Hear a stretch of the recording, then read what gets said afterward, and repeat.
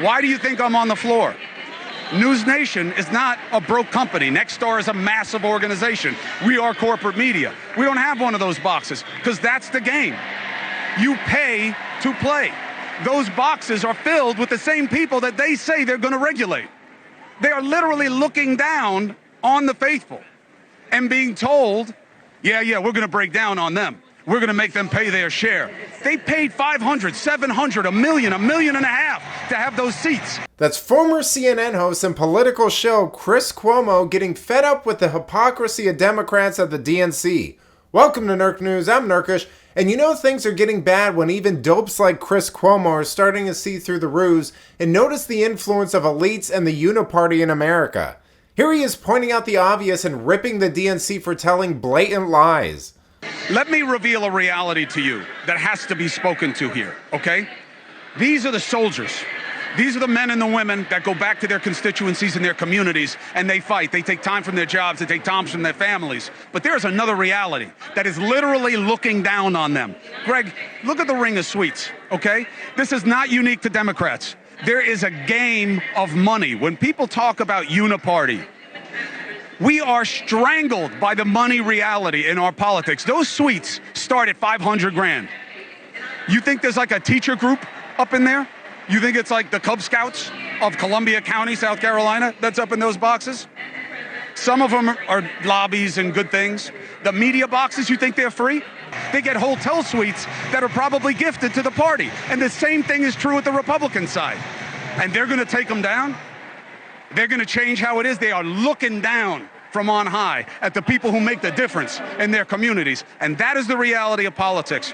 And I had my producer walk around and show you those suites. Now, they're not all the same. They're not all the same. But the reality is, in 2000, they spent $300 million on presidential campaigns. 24 years later, you know what they're expected to spend? $10 billion. Do you know how much money Harris has raised in the last couple of weeks? Hundreds of millions. And that's success. A lot of it's small donor, a lot of it isn't. The most dangerous money in politics is now legal money because of Citizens United. You've got to know this. The idea that they can fight against it is almost laughable.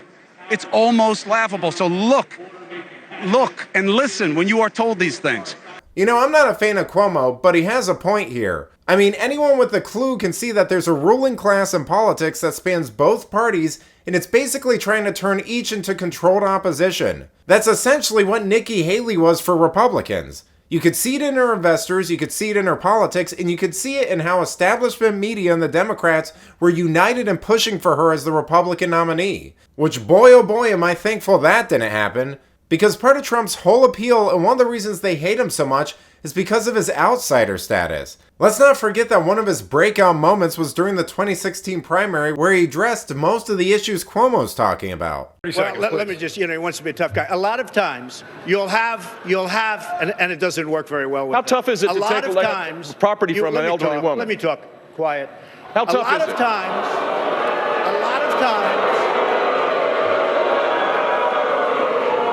that's all of his donors and special interests out there. So, that's what it is. And by the way, let me just tell you, we needed tickets. You can't get them. You know who has the tickets I'm talking about to the television audience? Donors, special interests, the people that are putting up the money. So it is. The RNC told us we have all donors in the audience, and the reason they're not loving me, the reason they're not loving me is I don't want their money. I'm going to do the right thing for the American public. I don't want their money. I don't need their money. And I'm the only one up here that can say that. Now, some critics might say that was a long time ago and things are different now, but just look at the people coming out in support of Trump lately. Tulsi Gabbard, Elon Musk, RFK Jr., and now there's rumors circulating online that Cornel West may be endorsing him after dropping out. Which I don't know, that may be a bit of a stretch for me. But he is fighting to be put on the ballot just like RFK Jr. was, and he recently slammed Harris and the DNC for being phonies. One thing's for sure though, of the two candidates, Trump is clearly looking more and more like the anti-establishment choice. You know, Democrats like to paint themselves as diverse in the big tent party, but I really didn't see too much of that at the DNC. All I saw was a liberal hive mind speaking in unison through slightly different masks. But let me know what you think. Does Cuomo have a point about money and special interest in politics? Or is he just looking to make headlines? Let me know in the comments, and if you enjoyed this video, please give it a like and subscribe to the channel. That stuff really does help us out. Until then, this has been Nerk News. Thanks for watching. Bye!